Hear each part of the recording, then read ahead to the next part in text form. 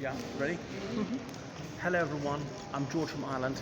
Here I'm in Versailles, and you can see this absolutely gigantic oil painting of Napoleon's coronation, the most famous painting of that scene. And you can see him there in the middle with the crown, about to crown himself. Now, a myth got about that he snatched the crown from the Pope's hands because the Pope is there behind him. But that's not true. The plan was he'd crown himself all along. This came as no surprise to the Bishop of Rome, who was also doing it in conscious imitation of Charlemagne, who'd crowned himself Holy Roman Emperor 1,000 years before. And then in the background, on the red chair, you can see Madame Mère, as in Napoleon's mother, Maria Letizia, who bore 14 children, had over 100 grandchildren, retired to Rome and lived into her 90s. She put a lot of money away. When her son was saying, "Aren't you so impressed with what I've achieved?" She was saying, "So long as it lasts." So she had enough money saved for a rainy day when it all fell apart and her son was exiled to St. Helena. So she lived out the rest of her life in considerable comfort.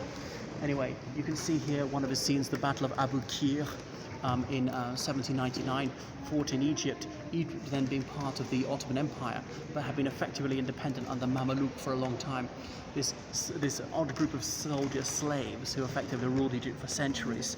And so he managed to give Admiral Nelson the slip in the short May night in the Mediterranean, landing on Egypt. His idea was he would seize control of Egypt and from there be able to march overland to India. He was going to cut off British communications with India. But that was imbecilic. British communications with India were via the Cape of Good Hope, as in via South Africa. Ships stopped off at Cape Town for provisions and then sailed on across the Indian Ocean. They didn't go through Egypt. He knew that. The Suez Canal wasn't built for decades later. It was partly his fantasy of building a new Roman Empire, or he was fascinated by Islam, thought of converting to it, inventing his own religion. He wrote about riding an elephant into India, having lots of nauches, as in dancing girls, and starting his own faith and things like that. Anyway, I mean, even if he had conquered Egypt, he would have had to fight his way all across what we now call, say, Palestine, Jordan, Iraq, Iran, Afghanistan. It just wasn't going to happen. This is some of the most inhospitable topography in the world, desert and mountain, with no means of resupply. So he held on there, and at the Battle of the Nile, the French fleet on the northern coast of Egypt was sent to the bottom by Horatio Nelson. So he was effectively cut off from France. Anyway, as a bad general did, he left his men in the lurch. He deserted in face of the enemy, a death penalty offense. He'd also invaded Palestine, found that only 5% of the population of Palestine at the time was Jewish. Almost all the others were Muslims, a few Christians, fighting the Ottoman Empire there. And indeed, he carried out a massacre. About 2,000 Ottoman prisoners of war were murdered on his orders. Plague broke out in his army, and he visited the plague hospital at great risk to himself. But anyway, he abandoned his men shamefully, going back to Paris, taking part in a coup d'état, and becoming part of the Directory. So there was a triumvirate ruling France. There was Napoleon Bonaparte, there was Paul Barras, the politician, and there was Abbé Sieyès, the former bishop, the author of Qu'est-ce que c'est la tiers-état. And Napoleon by this time was smitten by Josephine, as in Marie-Joseph de Beauharnais. Joseph de Beauharnais was her birth name. Sorry, no, it was actually Tachère de la Pagerie was her birth name. She had married a Monsieur de Beauharnais who'd been guillotined at the Revolution. But Josephine had become the mistress of Paul Barras. But Barras tired of her. But Napoleon was absolutely head over heels in love with this lady, 6 years older than himself, who had 2 children from her by her late husband. He later married her, and she's the one kneeling in this painting here. She became empress, but by this time she was infertile. So he later got the Catholic Church to annul his marriage.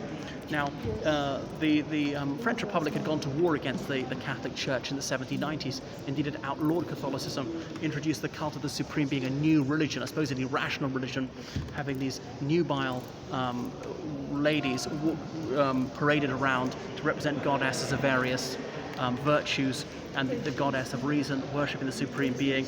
Notre Dame was repurposed, it was dedicated to the Supreme Being, and so on. And a new calendar, revolutionary calendar of 12 months of 30 days each, and a 5-day festival into calorie days right at the end of the year, around September. The year was to begin and end in September because that was around the date that the monarchy was actually abolished in 1792. And each day was named after a plant or something. Each month had a special meaning, like frosty month, month of vintage, foggy month, hot month, and so on. Various Latin and Greek words used to mean all these things.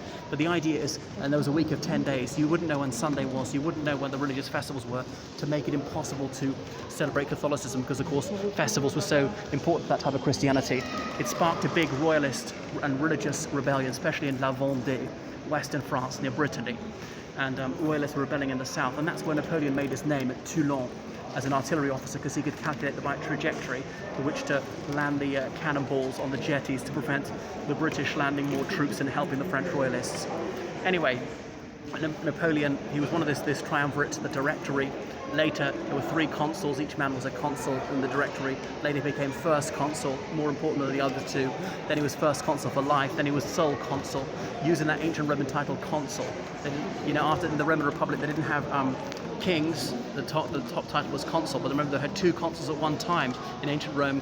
Finally he was sole consul, and finally he was emperor, but he held a referendum to see if the French people approved of this. Only Frenchmen were allowed to vote. France had briefly experimented with female suffrage in the 1790s, but Napoleon was having none of this women's lib nonsense. But in a flagrantly fraudulent referendum, he won by several million votes, only 6,000 votes against. And he simply gave himself a couple of million votes on the basis there are 2 million soldiers in the army, and of course every single one of them was going to vote for him. So that was Napoleon, the master of Europe, defeating many coalitions when many countries were leagued against him, conquering many countries, and he'd also kissed and made up with the Catholic Church. Remember, Pope Pius VII and then Pius VIII were both kidnapped by the French and brought to France to try and make them a tool of French policy, tuning the pulpit. It had worked for the Bourbons, not that they actually kidnapped monarchs, but this was nothing new. Catholic monarchs had gone to war against the Papal States before, because remember, the Pope was very much a political leader, not just a religious one in those days. The Pope had a serious army, and the Pontifical Navy was not to be sneezed at either. So he ruled the Papal States, plural, several states in central Italy, each ruled by a legate, as in a cardinal who was sent there to rule it on the Pope's behalf, like Bologna, Urbino, various cities around Italy. And indeed had ruled Avignon to the time of the French Revolution. That was partly because there had been Avignon anti-popes way back in the 15th century. Anyway, so Napoleon, he put his various brothers-in-law, sisters-in-law on the various thrones of Europe in Spain, in Holland, in Westphalia. He himself proclaimed himself king of Italy. I can't remember what his title was in relation to the Confederation of Rhine, which is really Western Germany. He has some sort of title in relation to Switzerland as well. But he even charmed and won over the young Alexander I, Tsar of Russia. And he couldn't defeat the British. He even considered digging a tunnel under the channel. That wasn't to happen. Had flat-bottom boats at Boulogne for a year with a view to sailing across La Manche and defeating Le Rospif. But it wasn't to happen, this nation of shopkeepers, for which he felt such disdain. As he said, give me the Straits of Dover for 6 hours, and I shall give you the world. But he was never to be the master of those straits, particularly after the Battle of Trafalgar in October 1805, when Admiral Lord Nelson died whilst sending most of the French and Spanish fleet to the bottom of the ocean. So he couldn't defeat the British at sea or indeed land in the British Isles. 1798, he had made the huge mistake of going to Egypt rather than Ireland. Had he gone to Ireland, assisted the United Irishmen in their rising properly, that probably would have succeeded, and then Great Britain had been very much weakened. He could have used Ireland as a launch pad to invade Great Britain, but he went to the wrong place. Anyhow, so the continental system, that was his idea, to wreck the British through destroying their commerce. Nobody would trade with the British. But then the Russians started cheating and doing it anyway. They couldn't sail through the Baltic because that was too narrow. The French Navy, small though it was, could easily block them, sailing from the northern ports of Arkhangelsk and Murmansk to the United Kingdom. And so he said, if the Russians break this deal and get away with it, everybody's going to break this deal and get away with it. He was already aware that some of his satellites were already cheating on the agreement and were smuggling, were trading with the British slightly. But he had to make an example of the Russians, which is why in 1812, on Midsummer's Day, he made the fatal mistake of crossing the river into the Russian Empire and invading, going to war against the Russians, trying to get to Moscow. Oddly enough, not to St. Petersburg, which was the capital at the time, but we all know how that turned out. Somewhat inconclusive battle at Borodino, west of Moscow, seizing Moscow, the Russians pursuing a scorched earth policy, retreating and destroying anything that would be of value to Napoleon. Napoleon got to Moscow, he stayed some weeks in the Kremlin. He maybe should have retreated straight away. or else wintered there, but he didn't. They're very low on provisions, tried to blow up the Kremlin without success. And the retreat from Moscow was a catastrophe for him. Many of his men dying from exposure from malnutrition or indeed being harassed by the Cossacks. So that was him. And yet again, he abandoned his men most shamefully and hightailed it back to Paris because a rumor got around that he died. People were trying to launch a coup against him. And so he shored up his position there. But the enemy were closing in. Austria and Prussia, which had been on his side, they turned against him. He went back into Germany, fought the Battle of Leipzig, the Battle of Nations, an absolutely enormous battle, but without success in what's now Germany, pushed back into France, and then more battles until finally abdicating at Fontainebleau, not so far from here, south of Paris, in March 1814, bidding farewell to his imperial guard. These battle-hardened veterans, some of them were very lachrymose to see him go, but he whispered to them, "I shall return before the violets bloom again," which is why some would call him Papa Violette. He was as good as his word, because in March 1815 he sailed from Elba, where he'd been exiled, given the island to rule, and even 1,000 of his soldiers to guard him, sailed to Golfe Juan on the French mainland, and decided he was going to make a comeback as emperor. That was the 100 Days, and that's where he finally met his Waterloo, before he's exiled to St. Helena in the South Atlantic, under the watchful eye of Sir Hudson Lowe. So there he wrote his memoirs. His wife, Marie-Louise, the daughter of the Emperor of Austria, refused to come with him. She went to Parma in Italy, which she ruled, lived there with her Swedish lover, had 3 children by him, deeply humiliating for Napoleon. Napoleon befriended a British little girl there whom he used to feed sweets and so on, not suggesting there was anything improper about his relationship with her.